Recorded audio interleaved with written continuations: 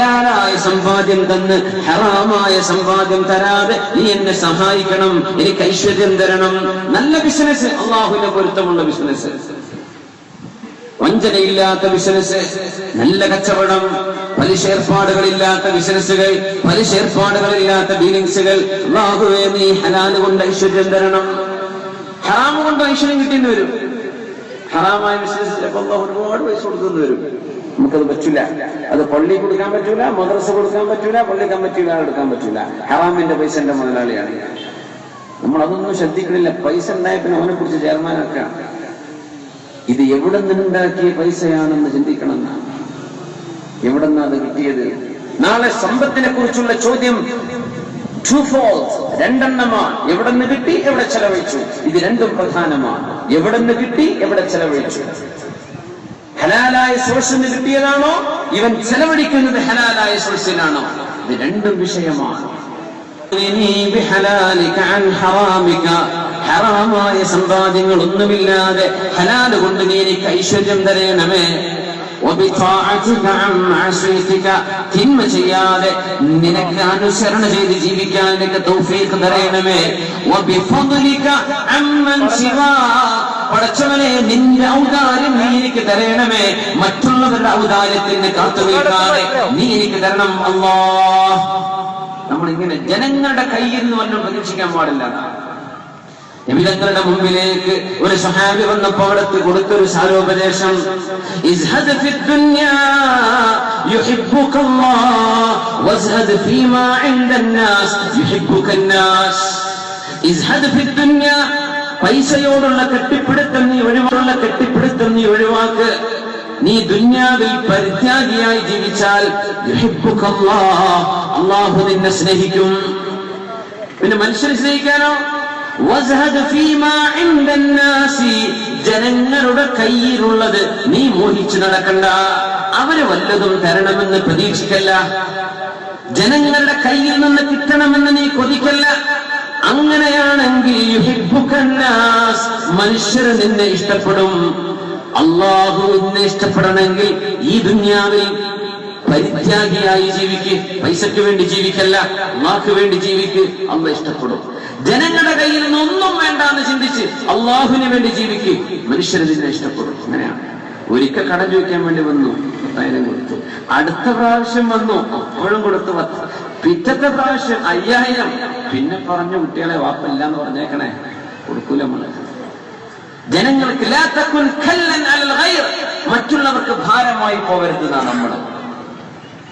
ഇത് എല്ലാവരും മനസ്സിലാക്കേണ്ട ഒരു ഹദീസാണ്.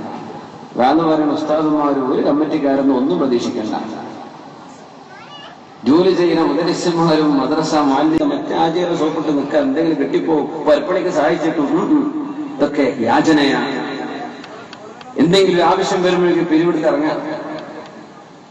മൂല്യന്മാരുണ്ട് പിരിവെടുത്ത് ഇറങ്ങുന്നവർ, നല്ല യാചകന്മാർ, പച്ച യാചന ചെയ്യുന്നവർ. അള്ളാഹു ജീവിക്കാൻ അവസരം കൊടുത്തിട്ട് അത്യാഗ്രഹം കൊണ്ട് അല്ലെ വീടിന്റെ പണിയൊക്കെ തേക്കാൻ ബാക്കിയുണ്ട്, അത് വെച്ചിട്ട് ഗൾഫിലേക്ക് കയറാൻ.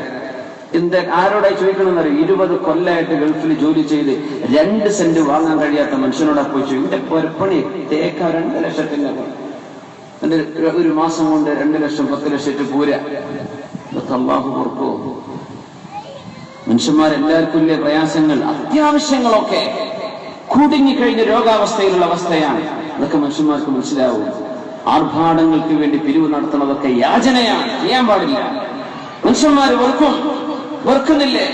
ഉസ്താദന്മാരൊക്കെ വിസിറ്റ് എത്തി എന്ന് പറഞ്ഞാൽ സർവ്വ മെമ്പർമാരും മുങ്ങും. പിന്നെ നമ്മളെ റൂമിൽ താമസമല്ലോ, ഇവിടെ തീരെ ബെഡ് സ്പേസ് എന്നല്ല. അപ്പൊ അവിടെ ഇല്ല, അപ്പൊ ആർക്കും വേണ്ട. പിന്നെ ഉസ്താദ് ഇവിടെ കിടക്കുക, എവിടെയും പോയി കിടന്നോട്ടെ. എന്തേ? ഉസ്താദ് പിരിവിന് വന്നതാ. എന്ത് പിരിവ്? സ്വന്തം ആവശ്യത്തിന്. അത് ഞാൻ ഒരു മുഅല്ലിമായതുകൊണ്ട് മുദരിസ ഞാൻ പറയണം, അത് ഇന്നെ പോലത്തെ ആൾക്കാരെ പറ്റി എന്ന് വിചാരിച്ചോളൂ, വേറെ ആരെ പറ്റിയല്ല. ആരും കുറ്റം പറയാനില്ല. ഇത് ഉസ്താദുമാരും മനസ്സിലാക്കണം, സാധാരണക്കാരും മനസ്സിലാക്കണം, അല്ലാത്തവരും മനസ്സിലാക്കണം. മറ്റുള്ളവരുടെ കയ്യിൽ നിന്ന് കിട്ടാൻ വേണ്ടി നടക്കല്ലേ. നീ അള്ളാഹിനോട് ചോദിക്കും, അള്ളാഹ് തരും, ഞാൻ വഴി തരും. പൈസയ്ക്ക് വേണ്ടിയല്ല വേല പറയേണ്ടത്, പൈസയ്ക്ക് വേണ്ടിയല്ല നമ്മൾ ദീനി പ്രവർത്തനം ചെയ്യുന്നത്, പൈസയ്ക്ക് വേണ്ടിയല്ല കമ്മിച്ചുണ്ടാക്കുന്നത്. അള്ളാഹുവിനോട് ചോദിക്കും, പടച്ചതമ്പുരാൻ ഏതെങ്കിലും വഴിക്ക് നിന്റെ മുമ്പിലേക്ക് എത്തിച്ചു തരും. ഒരാള് നേരം വെളുത്തു, ആ മനുഷ്യന്റെ മുമ്പിലുള്ള ആകെ ലക്ഷ്യം പൈസ ഉണ്ടാക്കലാണ്. നേരം വെളുത്തുകൊണ്ട് ചിന്ത ഇന്നത്ര പൈസ ഉണ്ടാക്കണമെന്നാണ്. അങ്ങനെയെങ്കിൽ അവന്റെ കൺമുമ്പിൽ നിന്ന് ദാരിദ്ര്യം അല്ലാഹു എടുത്തു കളയില്ലെന്ന് റസൂലുള്ളാഹി സ്വല്ലല്ലാഹു അലൈഹി വസല്ലം. ജീവിതത്തിൽ ദാരിദ്ര്യം തീരൂല. പൈസ പൈസ എന്ന് പറഞ്ഞ് ഓടുന്നവൻ. ആരെങ്കിലും നേരം പുലർന്നു കാന ഹമ്മുഹുൽ ആഖിറ, അവന്റെ ലക്ഷ്യം പരലോകമാണ്. അല്ലാഹുവേ, ഇന്നത്തെ ദിവസം അസ്തമിക്കുന്നതിന് മുമ്പ് ഒരുപാട് നല്ല കാര്യം ഇന്നെനിക്ക് ചെയ്യണം. സൂര്യാസ്തമയത്തിന്റെ മുമ്പ്, ഇന്നത്തെ രാത്രി പുലരുന്നതിന്റെ മുമ്പ് ഒരുപാട് നന്മയ്ക്ക് ചെയ്യണം. പിന്നെ ജോലി കച്ചവടമൊക്കെ വേണം, പക്ഷെ എന്റെ ലക്ഷ്യം ആഖിറമാണ്. അങ്ങനെയെങ്കിൽ നിങ്ങൾക്ക് വേണ്ടാന്ന് വിചാരിച്ചാലും പൈസ വന്നുകൊണ്ടിരിക്കുന്ന, വേണ്ടാന്ന് വിചാരിച്ചാലും വരും. അങ്ങനെയാണ് അല്ലാഹുവിന്റെ തീരുമാനം. അപ്പോ നമ്മൾ പാവപ്പെട്ടവരെ സഹായിക്കാൻ ഇറങ്ങിയവരാണ്. നമ്മൾ മറ്റുള്ളവർക്ക് ഭാരമാവരുത്. അതാണ് ഞാൻ പറഞ്ഞതിന് ആവശ്യം. എനിക്ക് അൽഹംദുലില്ലാഹ് അല്ലാഹുവിൽ തവക്കുലുണ്ട്. എന്റെ വിഷയം ഞാൻ റബ്ബിനെ ഏൽപ്പിച്ചു. പക്ഷെ അവിടെ ഒരു പാവപ്പെട്ട വീട്ടുകാരനുണ്ട്, ഞാൻ അവരെ പോയി സഹായിക്കട്ടെ. അതാ ചിന്തിക്കുന്നത്. എന്റെ വിഷയമല്ല, ഞാൻ മറ്റുള്ളവർക്ക് വേണ്ടി നടക്കട്ടെ. അപ്പോ നിന്റെ വിഷയത്തിൽ അല്ലാഹു ഇടപെടും. ഖിദ്മത്തിന്റെ സേവനങ്ങൾ അല്ലാഹു കബൂൽ ചെയ്യട്ടെ. ഒരു കാര്യം കൂടെ പറയട്ടെ, നമ്മൾ മിസ്കീന്മാരെ ശ്രദ്ധിക്കണം. ഫഖീറും മിസ്കീനും ഉണ്ട് ശറഈ, രണ്ട് വിഭാഗം. അവസാനിപ്പിക്കാൻ 1 മണിക്കൂർ എന്ന് പറഞ്ഞാൽ വർക്ക് 1 മണിക്കൂറായി കഴിഞ്ഞില്ല. സ്കരിക്കണ്ടേ? പഠനക്കാർക്ക് അസുഖമൊന്നുമില്ലേ? ഞാൻ നിസ്കരിക്കാൻ പറ്റുള്ളൂ. അപ്പൊ ഞാൻ നിർത്തുന്നില്ല. സമയം വളരെ കൺജസ്റ്റഡ് ആണ്. നമ്മുടെ റമീസ് അവിടെ ഉണ്ടല്ലേ? അത് റമീസിന്റെ വേണം. സമയം വളരെ സങ്കുചിതമായിട്ടുണ്ട്. അപ്പോ ചുരുക്കാൻ ഫഖീറും മിസ്കീനും നോക്കാൻ പറഞ്ഞിട്ടുണ്ട് അല്ലാഹു തആല. ഫഖീറും മിസ്കീനും തമ്മിൽ വ്യത്യാസമുണ്ടല്ലോ. ഫഖീർ എന്ന് പറഞ്ഞാൽ ഉസ്താദുമാരൊക്കെ ഉദാഹരണം പറയാം. ഇങ്ങനെ 10 ദിർഹം ഉദാഹരണം പറയണ്ട. അപ്പൊ 100 രൂപ. ഒരു ദിവസം കഴിയാൻ 100 രൂപ വേണം ഒരാൾക്ക്. അയാൾക്ക് വെള്ളവും ഭക്ഷണവും കുടിച്ച് അന്ന് മരിക്കാതെ പോകാൻ 100 ഉറുപ്പിക വേണം. ആ മനുഷ്യന് ആകെ കിട്ടുന്നത് 20 ഉറുപ്പിയാണ്. ബാക്കി അയാളാണ് ഫഖീർ. ഇനി 100 രൂപ കിട്ടിയാലേ സർവൈവ് ചെയ്യാൻ പറ്റൂ. പക്ഷെ അയാൾക്ക് 80 കിട്ടുന്നുണ്ട്, ഒരു 20ന്റെ ഷോർട്ട് ഉണ്ട്. അയാളെയാണ് നമ്മൾ മിസ്കീൻ എന്ന് പറയാം. ഫഖീറിനെക്കാളും ഒരൽപ്പം മെച്ചത്തിലാണ്, പക്ഷേ സർവൈവ് ചെയ്യാൻ പ്രയാസമുണ്ട്. ഇനി നോക്കുക, ഖുർആൻ കപ്പലുകൾ ഉണ്ടായിരുന്ന മിസ്കീന്മാരെ കുറിച്ച് പറഞ്ഞിട്ടുണ്ട്. മിസ്കീന്മാരുടെ മക്കള് ചിലപ്പോൾ 4 ആള് ഗൾഫിലുണ്ടാവും. 4 ആൾക്കും പണി ഉണ്ടാവില്ല, അത് നാട്ടുകാരറിയില്ല. ആള് മിസ്കീനായിരിക്കും. ചിലക്ക് ഷോപ്പ് ഉണ്ടാവും, ആള് മിസ്കീനാവും. ചിലപ്പോ കച്ചവടം മുഴുവൻ നഷ്ടത്തിൽ, കടക്കാർ വന്ന് ഇടങ്ങാറാക്കിയിട്ട് ബുദ്ധിമുട്ടായിരിക്കാൻ അങ്ങനത്തെ കച്ചവടക്കാർ മിസ്കീന്മാരുണ്ടാവുന്നതാണ്.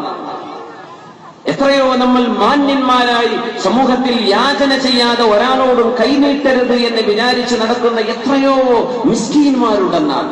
ഫക്കീർമാരെ പെട്ടെന്ന് സ്പോട്ട് ചെയ്യാൻ പറ്റൂ, പെട്ടെന്ന് കാണാൻ പറ്റൂ. ഫക്കീർമാരുടെ കല്യാണം, ഒരു കുട്ടിന്റെ കല്യാണം കഴിഞ്ഞാൽ അടുത്ത കുട്ടിനെ, അതിന്റെ അപ്പുറത്തെ കുട്ടിനെ കെട്ടിക്കാനുള്ള പൈസ ബാക്കിയുണ്ടാവും ഫക്കീറാണെങ്കിൽ. മിസ്കീൻ, നമ്മളെ പ്രവാസികളൊക്കെ മിസ്കീന്മാരെന്നാണ് ഞാൻ മനസ്സിലാക്കിയത്. ഓരോ കയ്യിൽ പൈസ ഉണ്ടെന്ന് എല്ലാവരും വിചാരിക്കാം. സംഗതി ഓരോ കയ്യിലൊന്നുമില്ല.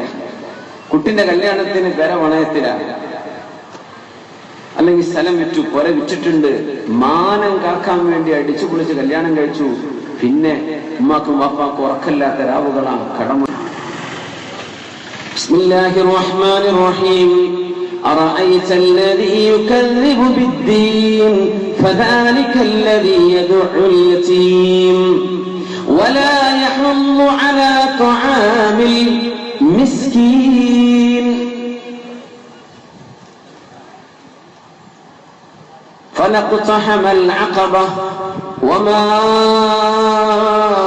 أدراك ما العقبة فك رقبة أو إطعام في يوم ذي مسغبة يتيما ذا مقربة أو مسكينا ذا متربة. മിസ്കീനിന് ഭക്ഷണം കൊടുക്കുന്നത്, മിസ്കീനിന് ഭക്ഷണം കൊടുക്കാൻ പ്രേരിപ്പിക്കാതിരിക്കുന്നവർ കപടവിശ്വാസികൾ.